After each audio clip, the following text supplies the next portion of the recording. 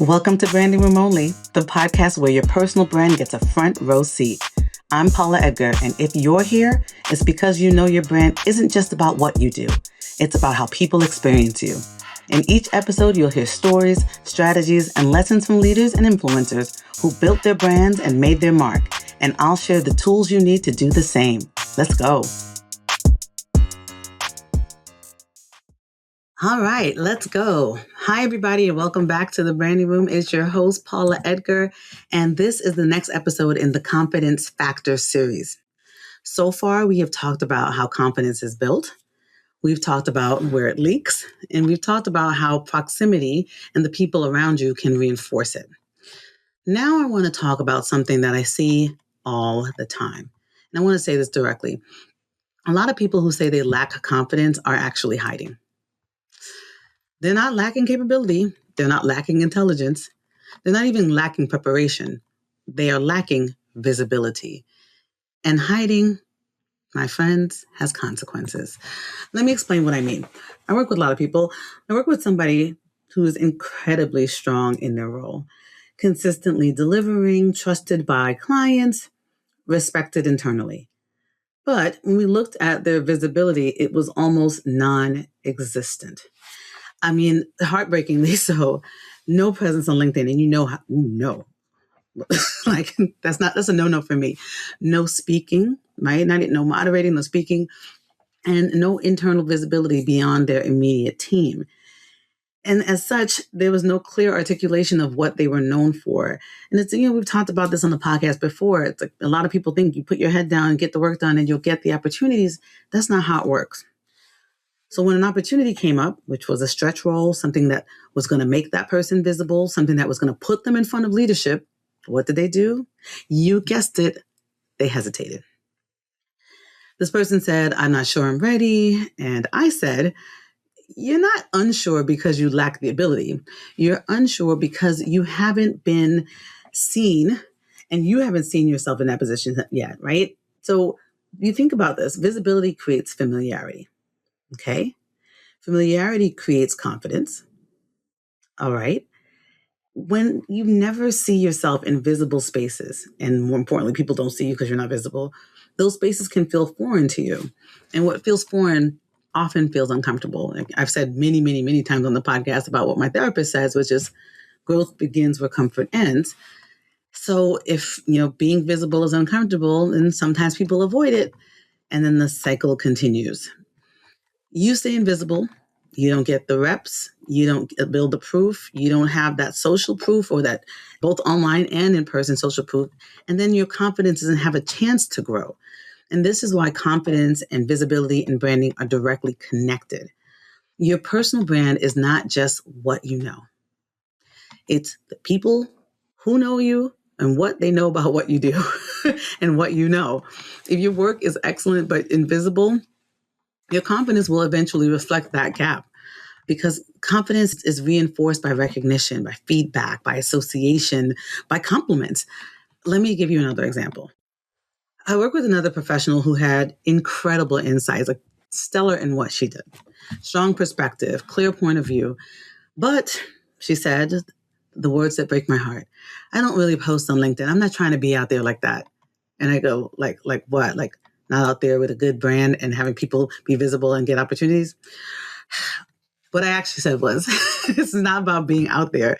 It is about being findable and understandable and referable. This person was a partner at a law firm. Referring is important in terms of business development. On those things, findable, understandable, and referable are three different things. Findable means people can discover you, right? We get that we talked about best practices about LinkedIn and other podcasts before.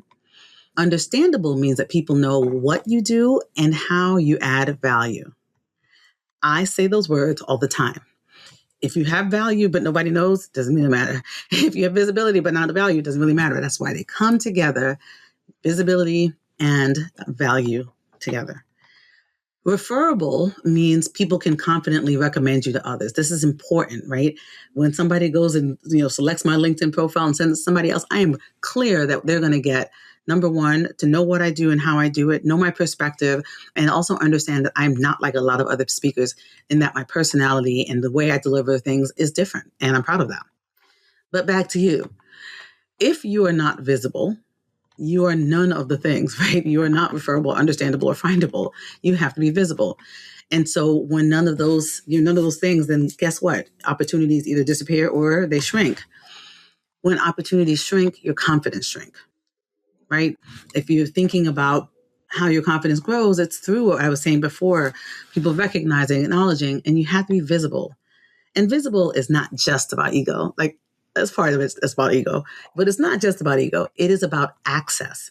It's about making sure that your value is seen, it's understood, and it is connected to you. You want people to think of you, understand, be able to refer, and understand what you do and connect you properly to whoever you want to be connected to. Speaking of which, I want to address something that comes up a lot when I talk about visibility. People will say, I don't want to see Paula. I don't want to seem like I'm bragging. I wasn't raised like that. Or I don't want to overshare. Or I'm just not that kind of person. I'm not like you. I heard that the other day and I was like, excuse me, rude. Anyway, I hear that. But visibility does not require performance. You can be authentic and visible. It requires intention and strategy. Visibility could be you're speaking up at a meeting internally, right? And articulating your perspective clearly, asking a question that is pertinent to what is happening internally. It's not just online, right? You really want all of your actions to lead to how you show up in person. Visibility can mean following up after a project and documenting your contribution and impact, or even going to a conference. Like I love, when people go to events and then come back and share with their team, here's where I went. Here's what I experienced. Here's who I met. And then here's some things that I learned, because then you're not just talking about that you've done it. You're also adding value back to the team. Sharing an insider lesson learned from your work is always important. And for your visibility, please, please, please make sure that one of the core pieces of your visibility, both online and that you circulate generally, is your bio. Make sure that it actually reflects what you do well, what you want to do, what your impact has been, and that you are starting to raise your hand for opportunities that are going to stretch you. These things are not performative acts. They are strategic acts, and they build your confidence because they create that evidence that you need, both online as well as in person, that evidence to show you that every time you think about and act on your visibility, you reinforce your identity and your personal brand. Then you start to see yourself differently. You start to hear yourself differently, and other people start to associate you with your strengths more consistently, which will then also make you more confident. That feedback loop matters. Okay, but I want to say something that might be uncomfortable again. If you are consistently doing good work and no one knows about it, it's not a confidence problem.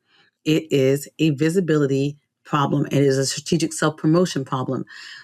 But remember, visibility is a skill, and there's so many ways that you can maximize visibility or use it.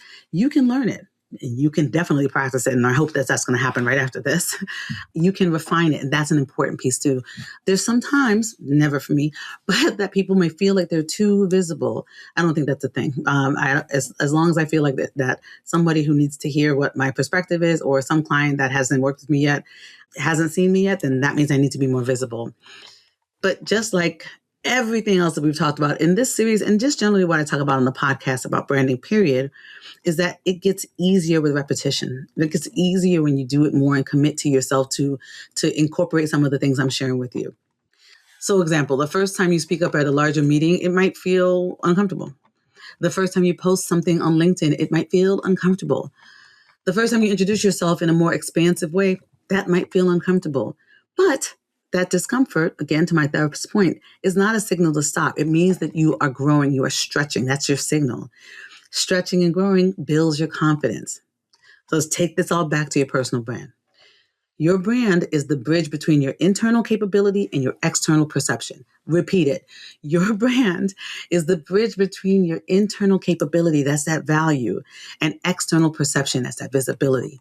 If you are not visible, that bridge is weak. If that bridge is weak, people cannot connect your name to your value. And if people cannot connect your name to value, your confidence will always feel fragile and opportunities will not grow. Confidence grows when your internal understanding of yourself aligns with that external recognition. And that continues to happen the more you actually put it into play. So here's what I want you to think about this week. Where are you hiding, my friend? Where are you doing excellent work but staying quiet? And how is that impacting your confidence? Where are you waiting to feel more ready before you become more visible? And what is one small way you can increase your visibility this week? Please, if you're posting on LinkedIn, please share it with me. Say, I listened to your podcast and I did this post. I will amplify it for you. Again, we're all in this together, making each other understand our visibility and our value.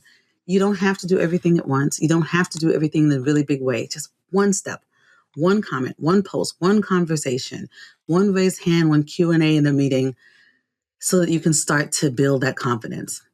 Confidence is not built in hiding. It is built in motion. This has been the most recent episode in the Confidence Factor series, and I can't wait to talk to you next time about what's going to happen when you think about confidence in the long run and sustaining confidence. So I want you to, as I always say, stand by your brand. And in this series, I remind you to confidently stand by your brand. And I'll see you next time in the branding room. Bye, friends. That's it for this episode. Appreciate you hanging out with me on Branding Room Only. Now, please do me a quick favor. Head over to ratethispodcast.com/branding so more people can join this conversation.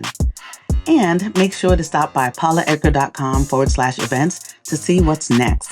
Whether I'm live, online, or in person, I'd love to see you there. See you next time in the branding room. And until then, stand tall, shine bright, and always stand by your brand.